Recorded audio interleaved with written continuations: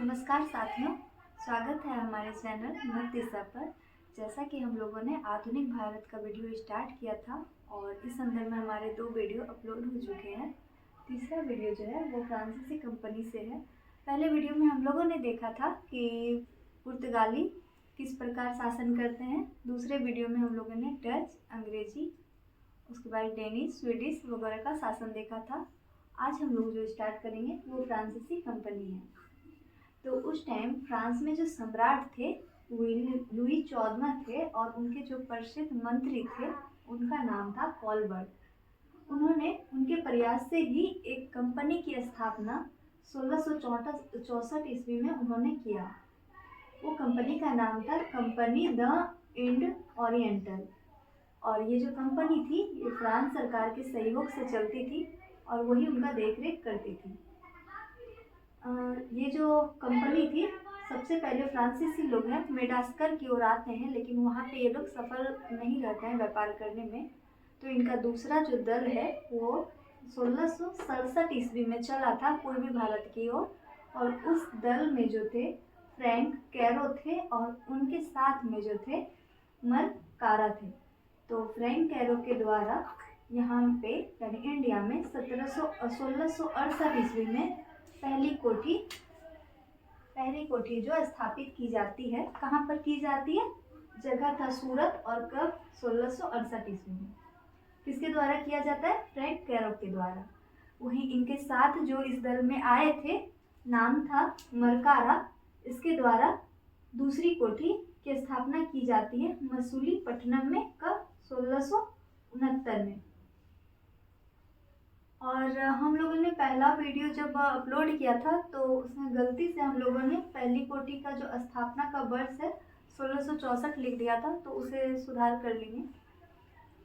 फिर जो है ये जो थे इन्होंने शेर खान लोधी से प्राप्त कर एक जगह को प्राप्त किया। कब प्राप्त किया था? 1673 ईस्वी में। और एक बस्ती को बसाया था ये, और वो बस्ती का नाम क्या था? पांडिचेरी। और किसने बसाया था? तो वो फ्रैंक मार्टिन और बेलांग द लेसिपिने आदमी थे, दोनों मिलकर पांडिचेरी को बसाए थे। और ये जो पांडिचेरी थी पूरी तरह से किलाबंद थी। और इसी संदर्भ में क्या होता है, अंग्रेज समर्थित जो डच थे 1693 ईस्वी में ले लेते हैं इसी पांडिचेरी को। किससे ले लेते हैं? फ्रांसीसियों से ले लेते हैं। फिर एक संधि होती है किनके बीच? डच और फ्रांसीसी के बीच। कौन सी संधि है?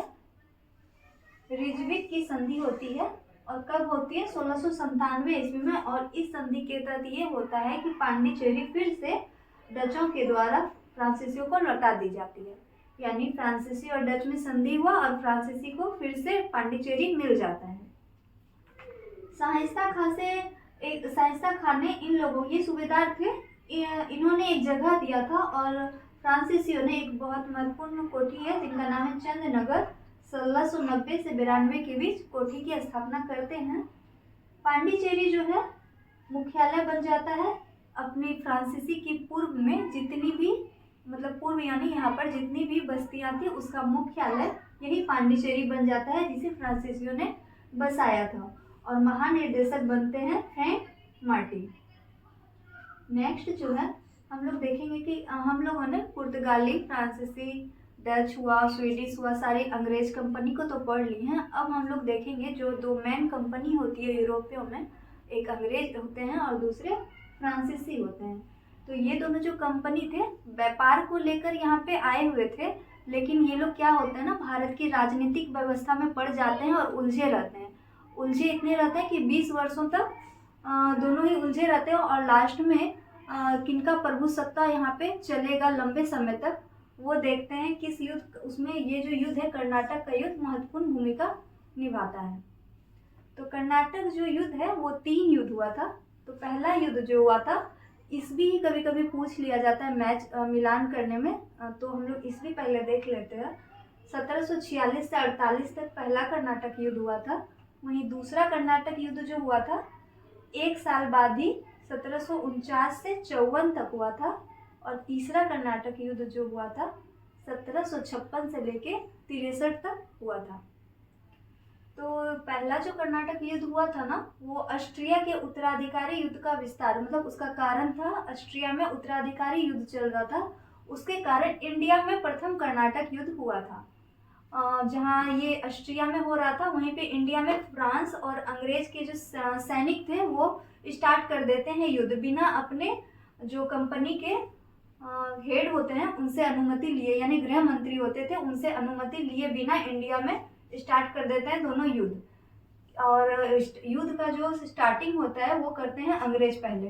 ये क्या करते हैं ना अंग्रेज, फ्रांसीसियों का जो नौसैनिक जहाज होता था उसे पकड़ लेते हैं, और फिर क्या करता है फ्रांसीसी जो है जाता है नवाब के पास, जाता है और मतलब बोलता है सहायता करने के लिए जो ये जहाज को छुड़वाने के संदर्भ में। तो फिर ये नवाब इनको बोलता है, लेकिन ये इनके बात का कोई वैल्यू नहीं देते हैं। फिर फ्रांस जो है जाता है मॉरिशस के गवर्नर के पास, उसका नाम था ला बूडर्ने। ये जो है 3000 सैनिक को भेजते हैं और इनकी सहायता तो करते हैं और जीत भी जाते हैं मद्रास को।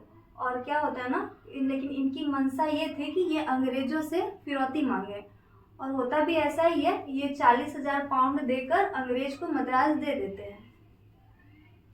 उसके बाद क्या होता है, अंग्रेज जो है मद्रास इनके पास आ जाता है, फिर लेकिन फ्रांसीसी जो है मद्रास को इससे जीत लेते हैं युद्ध करके। और फिर ये जो है अंग्रेज फिर जाते हैं उसी नवाब के पास। जैसे ये फ्रांसीसी सबसे पहले नवाब के पास गए थे, तो अब अंग्रेज जाते हैं इस नवाब के पास और ये इसको बोलते हैं कि मतलब युद्ध करते हैं। लेकिन होता ये है कि यहाँ पे डुप्ले होता है, जो बहुत कूटनीतिक चाल मतलब था उनका। तो ये बोलते हैं कि हम मद्रास आपको जीत करके आप ही को दे देंगे। तो लेकिन नवाब को उसकी बात पे भरोसा होता नहीं है, और इसी संदर्भ में फिर हो जाता है सेंटो थोमे का युद्ध। कब होता है, इसके लास्ट में 1748 ईस्वी में सेंटो थोमे का जो युद्ध होता है फ्रांसीसी वर्सेस नवाब जो थे अनवरुद्दीन के बीच में होता है। तो फ्रांसीसी का जो हेड था यहाँ पे वो था कैप्टन, मतलब फ्रांसीसी सेना का हेड जो था कैप्टन पैराडाइज था। वहीं नवाब का जो हेड था, मतलब नवाब की ओर से जो लड़ रहे थे वो महफूज खां थे।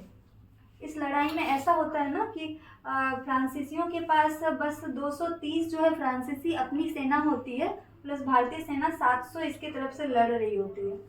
तो कुल मिला के 1000 के 950 1000 के आसपास इसके पास सेना होती है। वहीं नवाब के पास जो थी घुड़सवार सेना जो थी महफूज खां के नेतृत्व में 10,000 के आसपास थी। यहाँ पे होता है ना कि फ्रांसीसी ही जीत जाती है। और ये सेंट थोमे का युद्ध जो है प्रथम कर्नाटक युद्ध में सबसे महत्वपूर्ण था, और इसलिए भी महत्वपूर्ण था ना कि इससे पता चल जाता है कि इनका जो नौसेना था वो कितना महत्वपूर्ण होता है जीत के लिए। और एक चीज़ और भी पता चल जाता है कि अगर डिसिप्लिन के साथ लड़ा जाए तो 1000 सेना भी 10,000 पे भारी पड़ सकता है।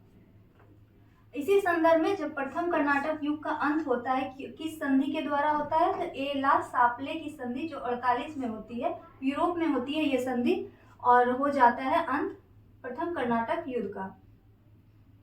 नेक्स्ट है द्वितीय कर्नाटक युद्ध जो हुआ था 1749 ईस्वी से 1754 ईस्वी तक। इसमें क्या होता है ना कि निजाम, हैदराबाद के जो निजाम थे उनका जो पुत्र था नासिर जंग, उसके साथ वर्सेस मतलब किससे लड़ाई होता है, इसी का भांजा था, निजाम का ही भांजा था मुजफ्फर जंग, उसके साथ इसकी लड़ाई होती है। एक साइड चल रहा है हैदराबाद का उत्तराधिकारी युद्ध, दूसरे साइड चल रहा है नवाब जो कर्नाटक के नवाब थे अनवरुद्दीन वर्सेस चंदा साहब जो इसी नवाब के बहनोई थे। दोनों के बीच जंग होती है और इसमें डुप्ले चाल चलते हैं। मतलब डुप्ले जो थे इसके साथ डुप्ले ये मुजफ्फर जंग और चंदा साहब डुप्ले एक साइड से मतलब सपोर्ट कर रहे थे, डुप्ले फ्रांसीसी सेना उसे सपोर्ट कर रही थी, जबकि अंग्रेजी सेना जो है नवाब और निजाम को सपोर्ट कर रही थी। तो डुप्ले बोलते हैं कि जब हम लोग जीत जाएंगे तो हम आपको निजाम बना देंगे, और चंदा साहब को बोलते हैं कि हम आपको नवाब बना देंगे। इसी संदर्भ में यहाँ पे हो जाता है अंबूर का युद्ध। इस युद्ध के बारे में बस इतना इम्पोर्टेंट है ना कि इस युद्ध में मुजफ्फर जंग, चंदा साहब और डुप्ले एक साइड से लड़ते हैं, संयुक्त लड़ते हैं, और लास्ट में जाके जो अनवरुद्दीन है इसकी मृत्यु हो जाती है।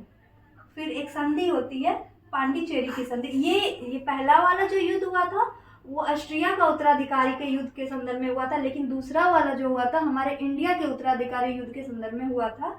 और इसकी संधि की समाप्ति होती है पांडिचेरी की संधि। वो कब होता है? 54 के बाद 1 साल बाद ही हो जाता है, 55 में। और इसमें क्या होता है ना, इस पांडिचेरी की संधि में कि अंग्रेज और फ्रांसीसी जो है आपस में समझौता करते हैं या मतलब कर लेते हैं कि अब हम लोग भारतीय राजाओं यानी भारतीय नरेश के बीच में नहीं बोलेंगे और उनके द्वारा जो मुगलों के द्वारा दी गई उपाधि है उसे भी लौटा देंगे। इतना होता ही ये बात तब तक हो जाता है यूरोप में 1755 है ना, या 1756 में सप्तवर्षीय युद्ध स्टार्ट। तो ये तो और निर्णायक ही रह गया था, मतलब बात हो गया था कि हम लोग ऐसा करेंगे, लेकिन तब तक हो जाता है यूरोप में सप्तवर्षीय युद्ध। और इनका जो हेड थे ना सरकार, मतलब फ्रांसीसी सरकार, और ये साइन नहीं किए थे, मतलब तब तक हो जाता है युद्ध। और फिर से ये दोनों एक दूसरे के विरोधी बन जाते हैं और फिर विरोधी बनते हैं और इंडिया में फिर युद्ध हो जाता है इन दोनों के बीच। वांडीवास का युद्ध कहाँ कब होता है? तो 22 जनवरी 1760 को होता है। और तृतीय कर्नाटक युद्ध 1756 से 63 तक चलता है। वांडीवास के युद्ध में जो है इंग्लैंड की तरफ से, मतलब अंग्रेज लोग की तरफ से जो लड़ रहे थे वो आयरकुट नेतृत्व कर रहे थे सेना का, वहीं फ्रांसीसियों की तरफ से काउंट लाली कर रहे थे। यहाँ पे होता है ना कि अंग्रेज जीत जाते हैं और फ्रांसीसी सेना हार जाती है। और फिर ये क्लियर हो, ये इस संधि के द्वारा, पेरिस की संधि के द्वारा तृतीय कर्नाटक युद्ध की समाप्ति हो जाती है। वांडीवास का युद्ध बहुत निर्णायक है फ्रांस और अंग्रेज दोनों के लिए, क्योंकि इसी से पता चल जाता है कि अब इंडिया में फ्रांसीसी नहीं अंग्रेजी सेना का ही प्रभुत्व चलेगा आगे। और पेरिस की जो संधि होती है, इस संधि के तहत ये होता है कि ये जो फ्रांस का है उसे यहाँ पे मद्रास वाला सारा इलाका कर्नाटक वाला दे दिया जाता है, और अमेरिका वाला जो है लुई पोर्ट करके कोई जगह था वो सारा इसे मिल जाता है, अंग्रेजों को मिल जाता है। Thank you guys.